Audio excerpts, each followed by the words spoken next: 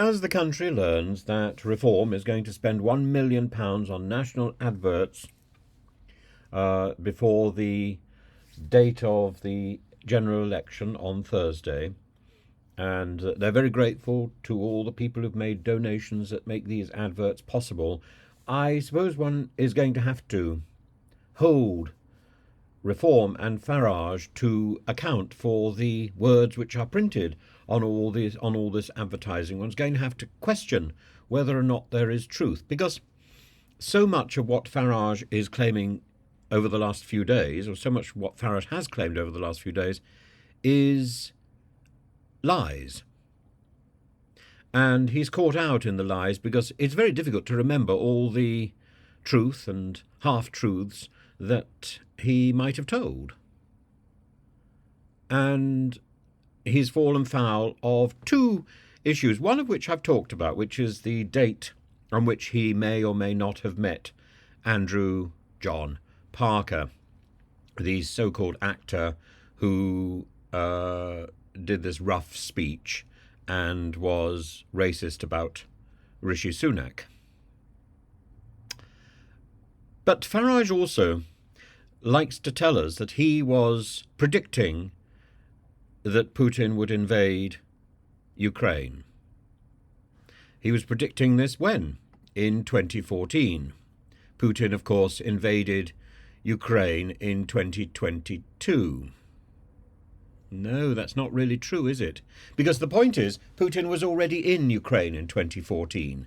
Putin annexed Crimea in 2014. I know, I was in Russia. I remember very clearly when the map on the wall was changed. I remember very clearly.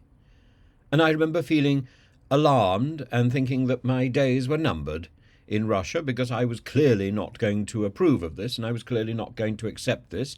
And I was wheeled out to meet a number of quite high-powered politicians, in fact, lots of high-powered politicians in lineups, and I was feeling increasingly uncomfortable. Also, I hadn't been paid, and that fact continued.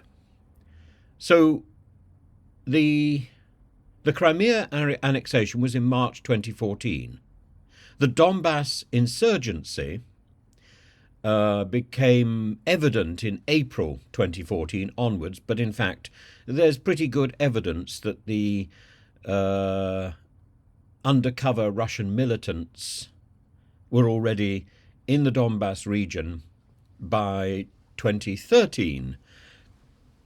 And so the operation had already begun even before it emerged in 2014, even before Putin did his formal annexation and then his plebiscite to confirm that everybody in Crimea wanted to be Russian.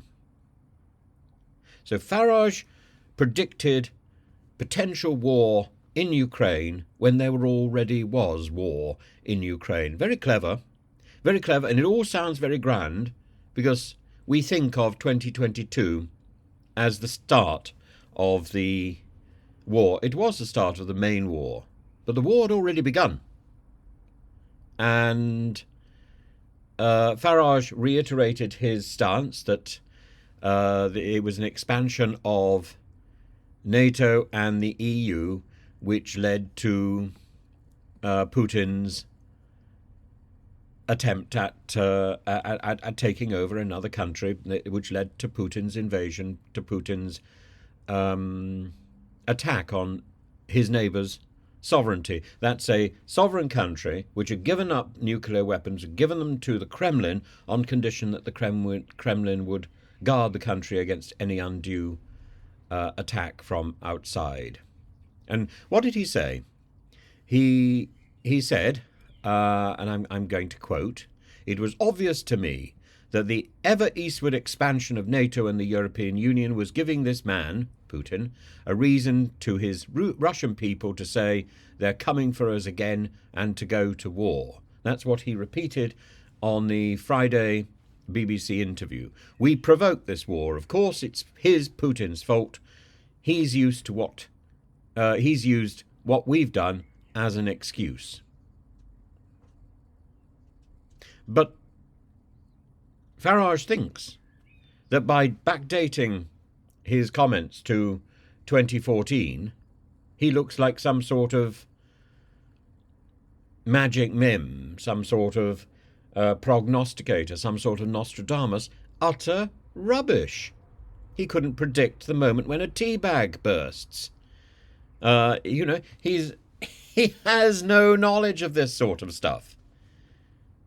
He's got the dates of if he wants to look as if he is prescient, as if he knows what's going to happen in the future, as if he can seriously warn about the future, he needs to have made those comments before 2014, before Putin annexed Crimea, before Putin put his people into the Donbass region, before they started stirring up trouble in the Donbass region.